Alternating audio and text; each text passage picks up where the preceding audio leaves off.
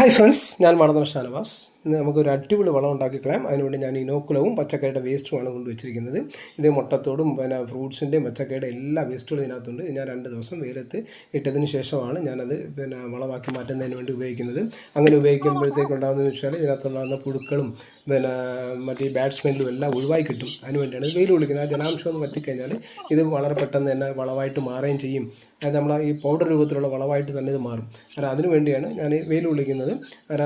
ജലാംശം ഒന്ന് പറ്റിയതിന് ശേഷം മാത്രമേ ഇത് എടുക്കാവൂ. ഇത് നല്ലൊരു വളമാക്കി നമുക്ക് ഇതിനെ മാറ്റാൻ പറ്റും. ഞാൻ ഇപ്പോൾ ലെയർ പച്ചക്കറിയുടെ വേസ്റ്റ് ഇട്ട് കൊടുത്തു. അതിനുശേഷം അതിൻ്റെ മുകളിലോട്ട് ഇനോക്കുലം ഇട്ട് കൊടുക്കുകയാണ്. അങ്ങനെ നമ്മൾ ലെയറായിട്ട് ഇങ്ങനെ ഇട്ട് കൊടുത്ത് നമ്മൾ ഈ ബക്കറ്റ് ഫുള്ളാക്കി വെച്ച് കഴിഞ്ഞാൽ നമുക്ക് അല്പ ദിവസം കൊണ്ട് തന്നെ നമുക്കിതിനെ നല്ലൊരു വളമാക്കി ഇതിനെ മാറ്റാൻ പറ്റും. ഇത് മെയിനായിട്ട് ഇത് ഞാൻ ഇങ്ങനെ കാണിക്കുന്നതെന്ന് വെച്ച് കഴിഞ്ഞാൽ നമ്മൾ റോഡരികിൽ ഒരുപാട് സ്ഥലങ്ങൾ ഞാൻ കണ്ടിട്ടുണ്ട്. ഇങ്ങനെ ഫ്രൂട്ട്സിൻ്റെയും നമ്മളെ കിച്ചൺ വേസ്റ്റ്, അതായത് ഫുഡിൻ്റെയൊക്കെ വേസ്റ്റുകൾ ഇങ്ങനെ റോട്ടിൽ കൊണ്ടിടുന്നത്. അങ്ങനെ ഒരു കാരണവശാലും നമ്മൾ റോട്ടിൽ കൊണ്ടുവന്നിട്ട് നമ്മളെ വീട് വൃത്തിയാക്കാൻ ശ്രമിക്കരുത്.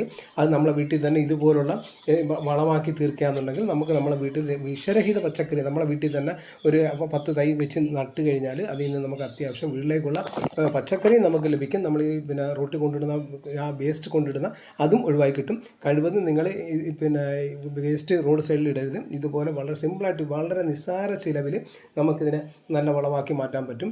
അതായത് ഈ ഫുഡിൻ്റെ വേസ്റ്റ് നമ്മൾ വളമാക്കി മാറ്റുമ്പോൾ ഇതുപോലെ അതിൻ്റെ ജലാംശമൊക്കെ ഒന്ന് വറ്റിയതിന് ശേഷം മാത്രമേ ഇത് ഈ ബക്കറ്റിലേക്ക് ഇട്ട് ഇത് ഇനോക്കുലം ഇട്ട് വളമാക്കാവൂ. കാരണം ഞാൻ നല്ല ബക്കറ്റ് ഫുള്ളാക്കി വെച്ചിട്ടുണ്ട്. ഫുള്ളാക്കി വെച്ചേക്കുന്നതിൻ്റെ മുകളിൽ ഒന്ന് അടച്ചു വെക്കാൻ വേണ്ടി അടപ്പോ അത് കണക്ക് ഇപ്പോൾ ഒരു ടൈലിൻ്റെ പീസ് ഉപയോഗിച്ചാണ് ഞാൻ അടയ്ക്കുന്നത്. അങ്ങനെ ഒന്ന് അടച്ചു വെച്ച് വെയിലില്ലാത്ത സ്ഥലത്ത് വെക്കുകയാണെന്നുണ്ടെങ്കിൽ നമുക്ക് നല്ലൊരു വളം കിട്ടും. ബാക്കി ഇനോക്കുലം ഇരിപ്പുണ്ട്. ഇതുപോലെ ഇനിയും നമുക്ക് ചെയ്യാം.